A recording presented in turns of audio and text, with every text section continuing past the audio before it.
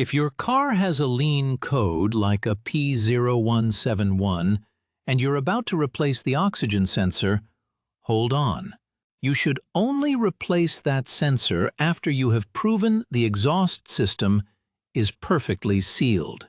A new sensor often will not fix the problem if the real cause is a tiny, hidden leak. Here is what is actually happening. Your engine control unit is being told there is too much oxygen in the exhaust. It believes the engine is running lean, so it compensates by dumping in extra fuel. This is why your long-term fuel trims are pushed high, often over positive 15%, and it is why you are getting poor gas mileage. Now, this condition has two main causes. One, the oxygen sensor itself has failed. But the second, and much more common cause, is a false positive, created by a small exhaust leak. This leak is usually somewhere upstream of the sensor. It uses the flow of exhaust to pull fresh air into the pipe. The sensor detects this extra oxygen and incorrectly tells the engine control unit to add fuel, even when the engine's air-fuel mixture is perfectly fine. Before you touch a single tool, your first step is to use a good onboard diagnostics 2-scan tool to see what the sensor is actually reporting. Plug the tool in and navigate to the live data screen. You are looking for the data stream from Bank 1, Sensor 1, or Bank 2, Sensor 1, if your vehicle has a V-style engine. You want to graph this data, not just watch the numbers change. If your car has a standard narrowband oxygen sensor, you should see a fast, steady wave on the graph. The voltage should constantly swing from a low of about 0.1 volts to a high of about 0.9 volts. This should happen several times a second once the engine is warm and running at a steady speed. A bad sensor looks different. It might be stuck at a low voltage, under 0.4 volts. It might be stuck high, over 0.6 volts. Or, and this is common with lean codes, it might be switching very slowly, taking a whole second or more to go from low to high. This slow response means the engine control unit is not getting the real-time information it needs to manage the fuel mixture correctly.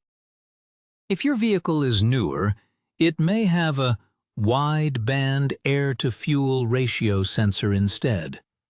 These work differently. Instead of a wave, you are looking for a relatively stable voltage.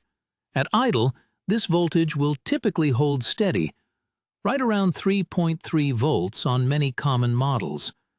When you rev the engine or put it under load, this voltage will change smoothly, but it should not be swinging up and down wildly like a narrow-band sensor. A problem with a wide-band sensor might show up as a voltage that is stuck, or one that does not respond as it should when you press the throttle.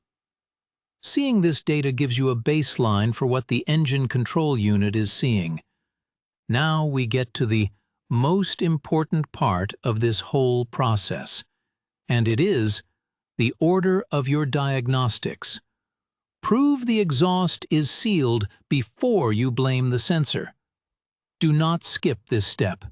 Do not assume your exhaust is fine just because it is quiet. The leaks we are looking for are often microscopic hairline cracks that you cannot see and can barely hear. Your first check is a simple listening test. Do this when the engine is completely cold, like after it has sat overnight. Start the car and immediately go to the front and listen carefully around the exhaust manifold where it bolts to the engine. Follow the exhaust pipe down to where the first oxygen sensor is located. You are listening for a faint ticking or puffing sound. This is the noise of exhaust gas pushing through a small crack or a bad gasket. Often this sound will go away after a few minutes as the metal parts heat up, expand, and temporarily seal the leak. If you hear this tick, you have very likely found your problem. Whether you hear that tick or not, the definitive test is a smoke test. You need to push pressurized smoke into the exhaust system and watch for where it escapes. You can buy an inexpensive smoke tester kit online, or a repair shop can perform this test for you. You will want to block the tailpipe and introduce the smoke through a port. Let the system fill completely with smoke for a minute. Then, using a bright flashlight, carefully inspect every inch of the exhaust system from the cylinder head all the way to that first oxygen sensor. Look at the manifold gaskets, any welded joints, the flanges where pipes connect, and even the body of the manifold itself for cracks. Any wisp of smoke you see, no matter how small, is your culprit. That leak is letting in outside oxygen and fooling your sensor. If you find an exhaust leak, you must fix it before you do anything else. This might mean installing a new exhaust manifold gasket. It might mean having a muffler shop repair a cracked weld. Do not bother using exhaust putty or other temporary sealants. They will not last. The repair has to be permanent. Once the leak is properly sealed, clear the diagnostic trouble codes with your scan tool and drive the vehicle. In many cases, the P0171 code will not come back, and you will see your long-term fuel trims start to drop back down towards zero. Only if you have proven with a smoke test that there are absolutely no exhaust leaks, and your scan tool data still shows a slow or biased sensor, should you then replace the sensor itself. When you do, it is critical that you use the right part. Many people make the mistake of buying cheap aftermarket sensors. The engine control unit is extremely sensitive to the sensor's electrical properties. It is calibrated for the specific resistance of the original sensor's internal heater circuit and its precise voltage range. A cheap universal sensor often fails to match these specifications. This can cause the same sluggish response you had before, putting you right back where you started. Your only reliable option is to buy an exact, original equipment manufacturer specification sensor. For many cars, this will be a brand like Denso or NTK. Always match the part number to your vehicle's specific year, make, model, and engine.